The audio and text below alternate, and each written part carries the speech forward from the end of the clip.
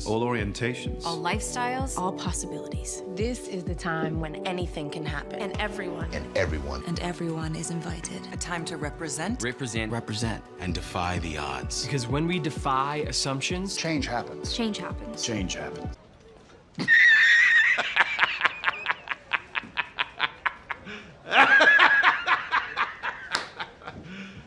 You serious?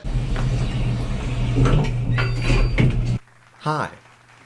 So, Riverdale is not a good show. I think we can all agree on that. That being said, it's really fun to watch. Each week the writers just come up with some new crazy ass pulls and surprise you and make you laugh out loud because of how stupid it is.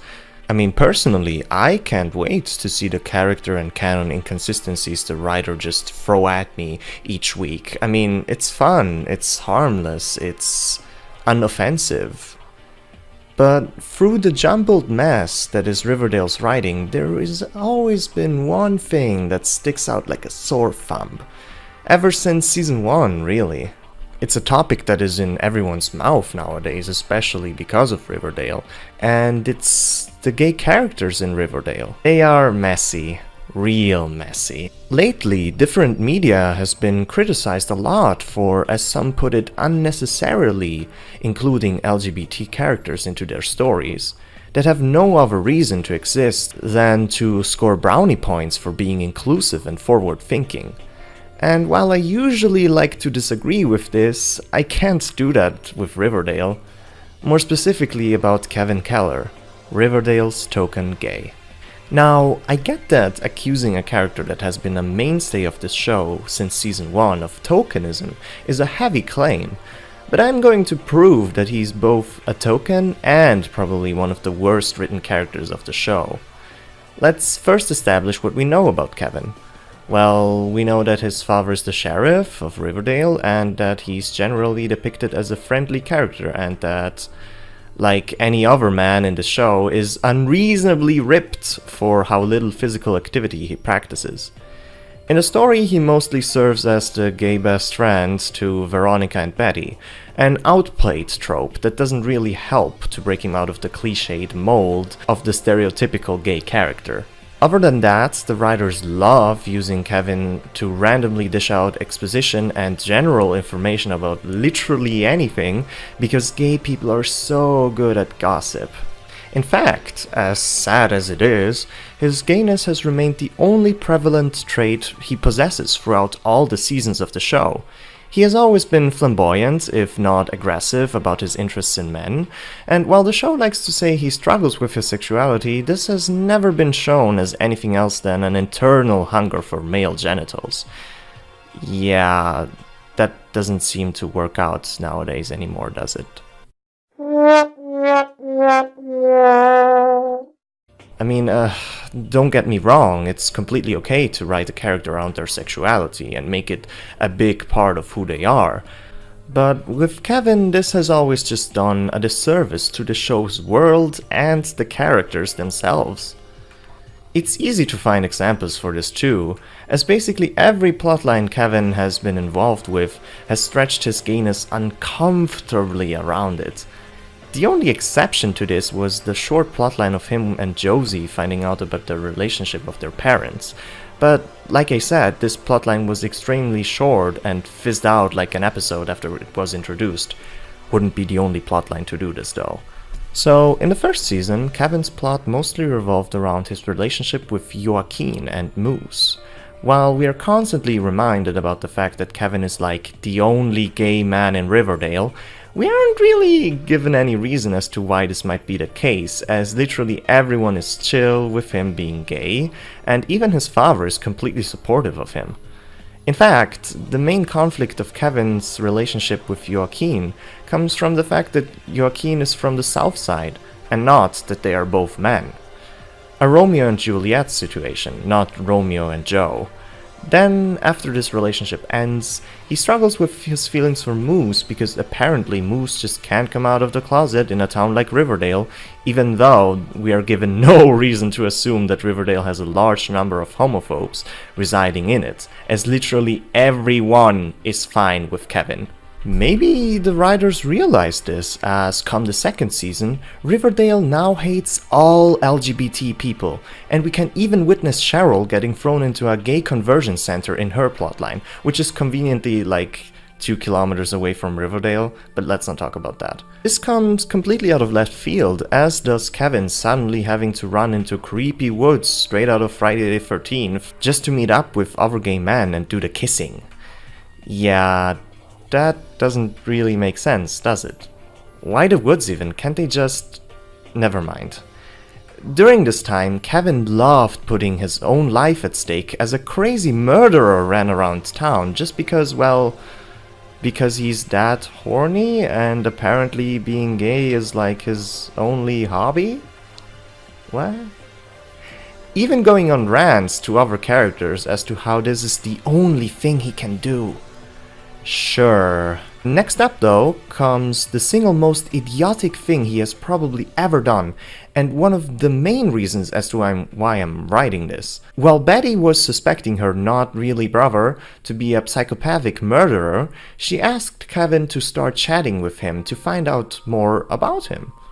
Kevin, being one of her best friends, of course obliges and starts asking Chick, the name of her brother, a few personal questions.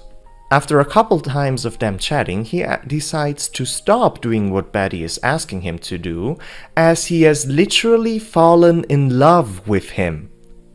So you're telling me that your best friend is being threatened for her life by this guy, and your only reaction to that is, lol, I don't know, he's cute though. I think I've proven my point. Not only is Kevin's only major characteristic the fact that he's gay, but it is also his only driving reason for doing literally anything. For fuck's sake, he's risking lives just because he finds men attractive. So up until this point, I've only talked about the first 2 seasons of Kevin being a terrible human being, and you might be wondering, does it ever get better for the good old Kevster? The answer is fuck no! Everything he does in season 3 is again focused on his sexuality and romantic interests. They made an effort to portray his relationship with Moose in a semi-realistic way, with Moose not wanting to come out to his dad and so on. But this again leads absolutely nowhere, as Moose is soon quickly shipped away, as the writers are seemingly done with him now. Right after that, they decide that it was a brilliant and logical idea to turn Kevin into a crazy cultist. How fun! While it would be unfair to just call Kevin out for being a cultist, since literally like 80% of the show's characters are cultists now, I'll just let you guess again why he joined the cult. Exactly. Because there's cute gay guys in it, which we never even see either. It's just a throwaway line that we are supposed to believe because that's obviously the only thing he would care about. Now, as of the current state of things, he's in a romantic crazy murder cult relationship with Fangs, which, while never an especially deep character, is the newest victim to being reduced to being Kevin's boyfriend. Amazing. Now, it's pretty difficult to create a character as bad as Kevin in a show riddled with them, but the writers have truly amazed me with just how shit they are able to make this character. In fact, I would argue, and this is just a personal opinion of mine, that by removing Kevin completely from the show, you would actually improve the show majorly. I mean, Cheryl is basically now fulfilling his role as we have gay people in Riverdale, and she's a much more interesting, dynamic and active character. While she always has her bitchy stereotype things going on, she changes and reacts to things and fights with her girlfriend and you know, does things, she evolves. And Kevin never has done anything like that. He's just remained the gay guy attracted to males who are sometimes straight, which is just really fucked up. Why would you do that? And I also want to talk about how corrupting his presence is, as literally every character that touches him just like either gets reduced to a sex object, like what happens to Archie, or you know, the other man of the show, which he constantly like talks about in a really inappropriate manner because apparently that's how gay people act. And also just like the people that are in relationships with him, because as you can see with Moose and Fangs and all the other boys, while the characters are in a relationship with Kevin, that's the only thing they do. So any character that touches Kevin is basically corrupted and like made worse and less interesting. In conclusion, all I want to say is it's getting pretty late. I'm fucking tired. Remove Kevin from the show, or yeah, just do that. Also, before we get too hazy up in here, this is not an attack on any actors in the show. They are really trying their best with the material they're given, but the material they're given is like middle school me that has just discovered that gay people exist material. So that's not really good, is it? If you've watched to the end of this video, I want to say thank you for doing that. I hope you enjoyed this more ranty kind of style video. I think I am having a lot of fun with just, you know, holding the mic up to my mouth and ranting into a camera. I don't know if this is what my channel will become now. It probably won't be, but I did want to make some more unscripted, some more heartfelt content, and this way I will be able to bring out videos a little bit faster, and it won't, you know, take 2 months every time. But yeah, I hope you liked this.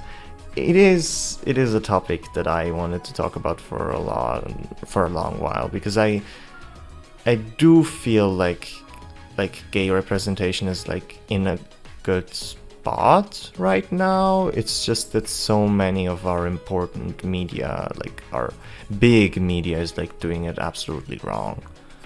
I have seen so many popular shows that have gay characters that just, you know, exist to be gay, and that's kind of fucked up. As yeah, I hate that. So yeah, if you enjoyed this, maybe you could subscribe. I don't know. It's up to you. I'll see you probably in the next one.